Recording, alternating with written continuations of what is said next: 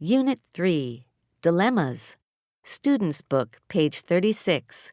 Activity 1. Listen and read. What would you do?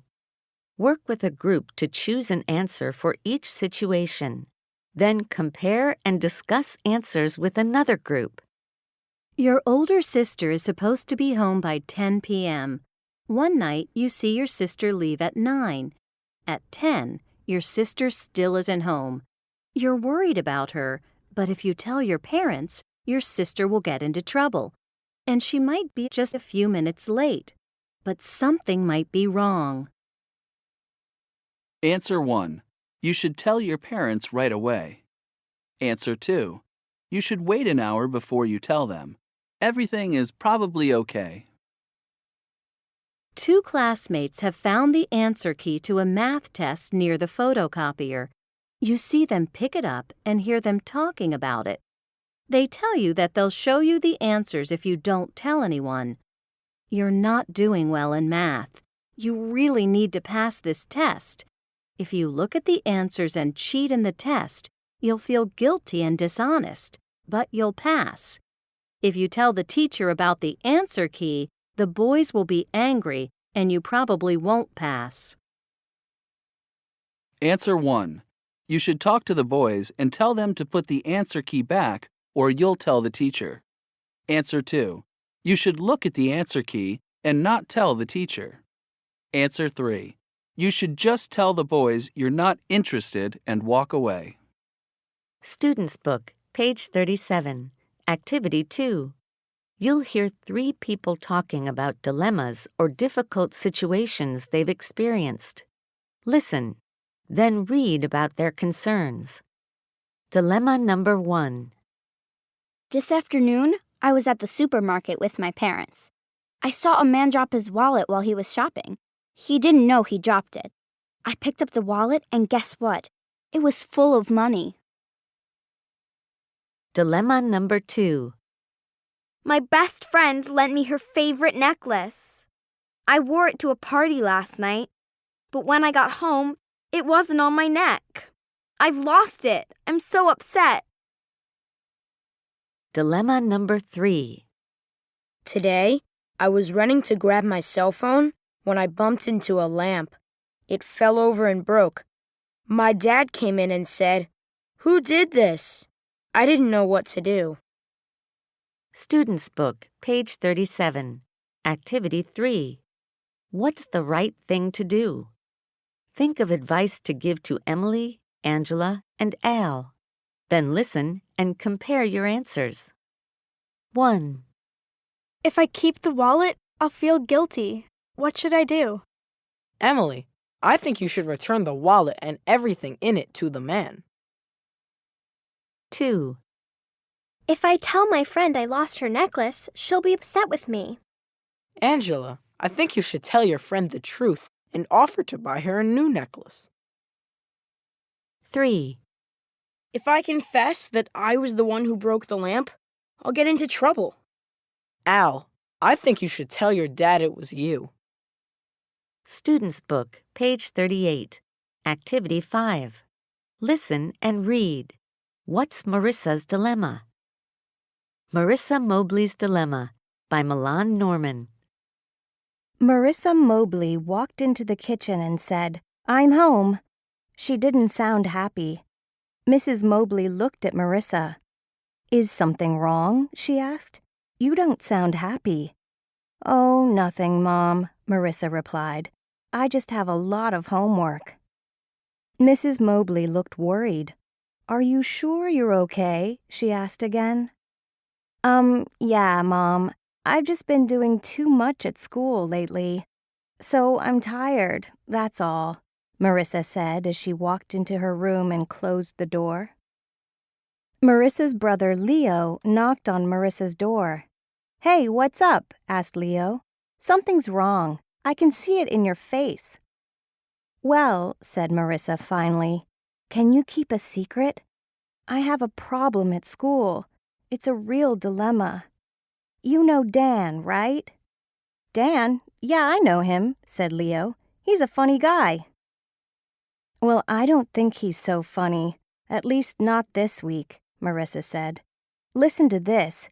He asked me to help him cheat on our math test on Friday. What? Leo asked. I guess Dan's grades in math aren't very good this term, said Marissa. If he doesn't do well in the test, he won't be able to play for the basketball team anymore. He sits next to me in math, and he knows I do well in tests. He wants me to make it easy for him to see my paper during the test. Seriously? Said Leo. That's not good. I know, said Marissa, sounding more and more upset. I've been thinking about it all week, and it's bothering me a lot.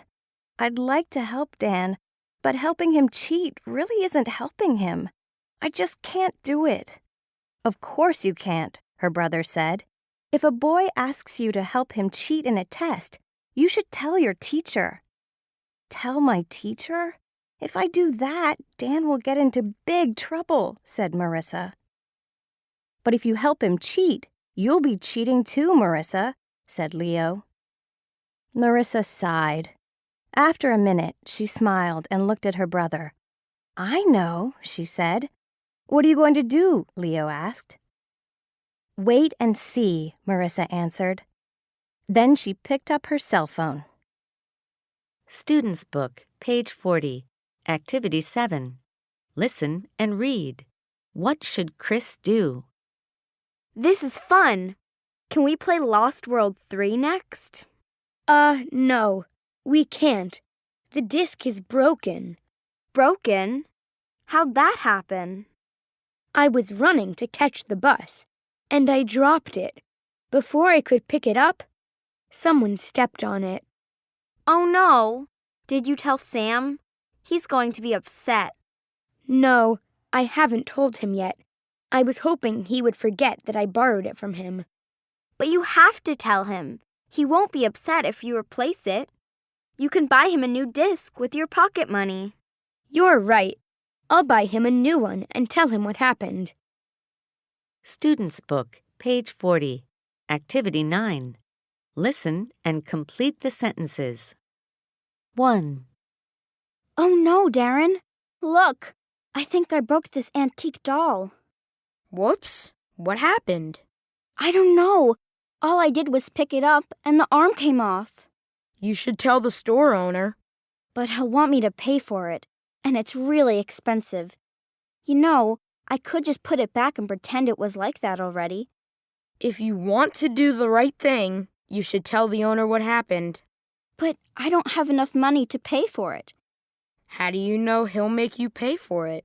Maybe the arm was already broken. If you tell him the truth, you'll feel better. Trust me. Okay, I'll go and tell him now. 2. Well, are you ready to go? Yeah, I think it's time. It looks like the fair's closing. Hey, what's that next to your foot? I don't know. It looks like... Wow! It's a gold necklace! It's beautiful. Someone must have lost it. Too bad. Finders keepers. I found it, so I keep it. You must be joking. If you keep it, you'll feel guilty every time you wear it, believe me. Yeah, you're probably right. The owner will probably go to the lost and found. We should take it there. If the owner comes to claim it, they'll give it back to her. But what if no one comes to claim it? Well, we can read their rules and see. Come on, let's go. 3. I don't think I can go to the concert with you, Emma. Why not, Ed? You finally saved up enough money for the ticket. What a disappointment. I know, I was really looking forward to it. So what's the problem? My older brother needs money. I overheard him talking to my mom. It's something important. But it's your money, and he's not asking you for it. I know, but... So what are you going to do? Oh no, if we don't go this time, we'll miss out. Who knows when they'll be on tour again? I'm really sorry about this, Emma. But I think my brother really needs it. If I go to the concert, I'll worry about my brother. Yeah, I understand. You should help him. I'm sure he'd do the same for you. 4. What's the matter, Chris? Nothing, Mom. Did something happen at school today? Well, yeah, but it's not important. Look, if you don't tell me what's wrong, I can't help you. Please tell me what's going on. Well, a couple of boys at school are being mean to me. Are they? Did they hurt you? No, it's nothing like that. They just call me names sometimes. I'm glad you told me, Chris. Now let's think how we can solve your problem. Student's Book, page 42, Activity 13. Listen and read. What's ethical behavior? Choose one answer. Ethics.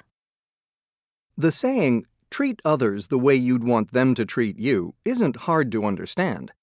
It means that you should behave toward others the way you'd want them to behave toward you. It sounds simple, but it isn't always simple to do. If everyone followed this advice, the world would be a much better place. This unit is about ethics and ethical behavior. Do you know what ethics are? Of course you do. You make choices based on ethics all the time. Ethics tell you what's right or wrong, fair or unfair, acceptable or unacceptable in a situation. Choosing to do the right thing is ethical behavior. The word ethics comes from the Greek word ethos, which means character. Our character is all of our traits and qualities taken together. It helps us decide what's right or wrong. What kind of character do you have? Are you respectful of your classmates? Would you cheat in a test to make sure you pass?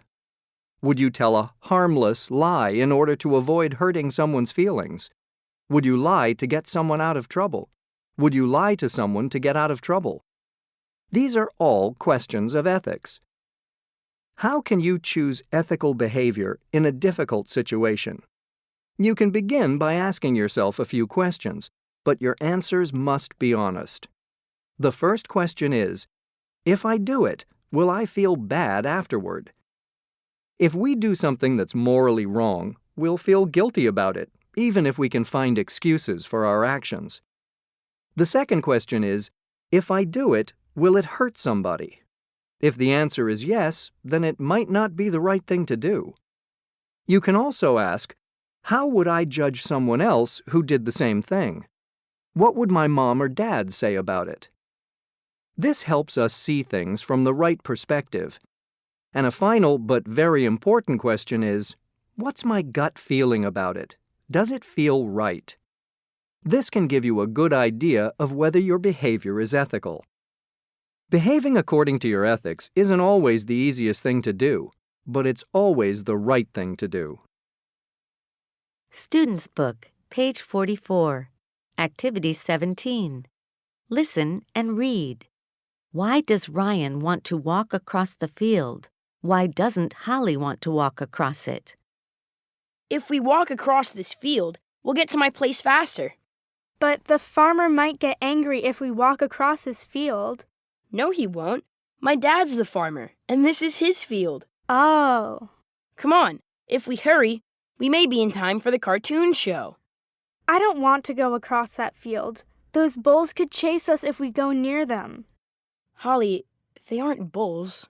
And I'm wearing a red sweater. You shouldn't go near bulls if you have red clothes on. They're cows, not bulls.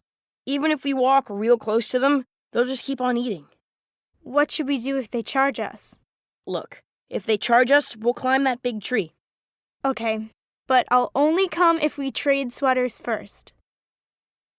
Student's Book, pages 46 and 47. Activity 25. Listen and read. Check your answers in 24. Proverbs from around the world. Every culture has its own proverbs. Proverbs are short sayings about life that are passed on from generation to generation. They go back tens, hundreds, even thousands of years and sum up the practical experience of the people who use them. Because proverbs give sound advice, they help us make decisions. The Chinese proverb, "One step in the wrong direction can cause 1,000 years of regret," is a good example. Anyone who's about to make a hasty decision without weighing the pros and cons first is warned of the horrible consequences of a bad choice. Sometimes proverbs can seem to have different meanings. The English proverb, "A rolling stone gathers no moss," is one example. Some think that the proverb is a warning for people who keep moving and never settle down. If these people gather no moss, then it means they haven't achieved anything. Others think that the proverb is a warning for people who never do anything. If you don't move and change with the times, you'll become like an old mossy piece of rock. We often find that there are similar proverbs across cultures. Maybe this is because proverbs have traveled and have been translated from one language to another. Or maybe it's because they're just common sense. An expression similar to "you'll reap what you sow" appears in many languages, and it means that you'll get what you give. Other proverbs use colorful images from the culture of the people who tell them, like the Moroccan proverb, "Little by little the camel goes into the couscous," which means that you can't force things. Everything happens in its own time. Being relaxed about time is an important part of Moroccan culture. One proverb in Malaysia, where crocodiles are common, is "Don't think there are no crocodiles just because the water is calm." Whatever advice they give, one thing that all proverbs teach us is that although societies are changing and becoming more advanced every day, there are some basic facts about life and human nature that'll never change. Student's Book, page 50, Activity 34. Listen, read, and repeat. 1, Nch, 2, nth, 3. mpt, Student's Book, page 50, Activity 35. Listen and blend the sounds. 1, l, nch, lunch, 2, nth, tenth, 3, r, mt, prompt, 4, r, nch, crunch, 5, m, nth, month, 6, mt, tempt. Student's Book, page 50, Activity 36. Listen and chant. I make lunch on the 10th of the month. An apple and chips. Do you want any candy? Don't tempt me. Crunch, crunch. Checkpoint, Units 1 to 3. Student's Book, page 53, Activity 2. Get ready. A. Choose the correct word or phrase to complete the dialogue. Then listen and check. The school play is tomorrow night. Have you learned your lines yet? I've learned most of them already. We've been practicing for 2 weeks. Really? I didn't know that. Where have you been practicing? We've been practicing every day at school, after lunch. Yesterday, we practiced for a whole hour. And have you studied for your math test tomorrow? Yeah, I studied a little last night. You should study again after dinner tonight. But Mom, I need to practice my lines for the play. If I forget my lines on stage, I'll feel awful. I know, Danny, but if you don't pass your math test, you might feel even more awful, and then you won't enjoy your play. Listen, study math for an hour, then you can practice your lines again for an hour. You should try to get a good night's sleep, too. Okay, Mom. Thanks. Exam Preparation, Units 1 to 3. Student's Book, page 56. Listen and draw lines. There is one example. So tell me about the students. I think I know the girl near the piano. Is that Emma? Yes, good job. Everyone gets her mixed up with her twin sister.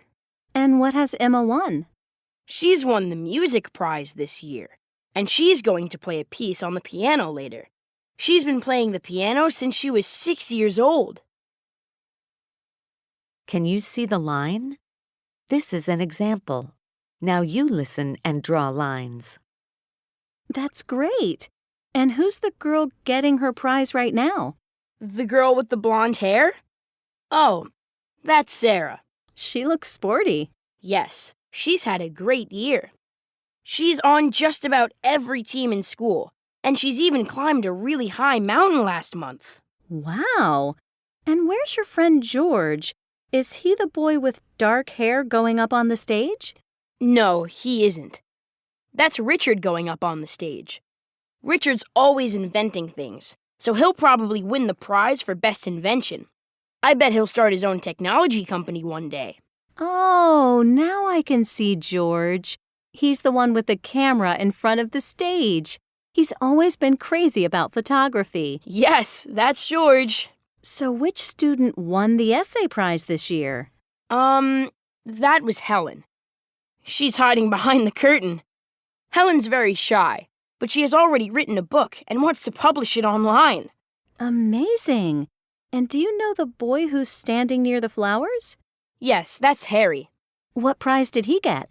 Well, he wants to become a doctor, and he did a science project about that. It won first prize, and mine won second. Now listen again.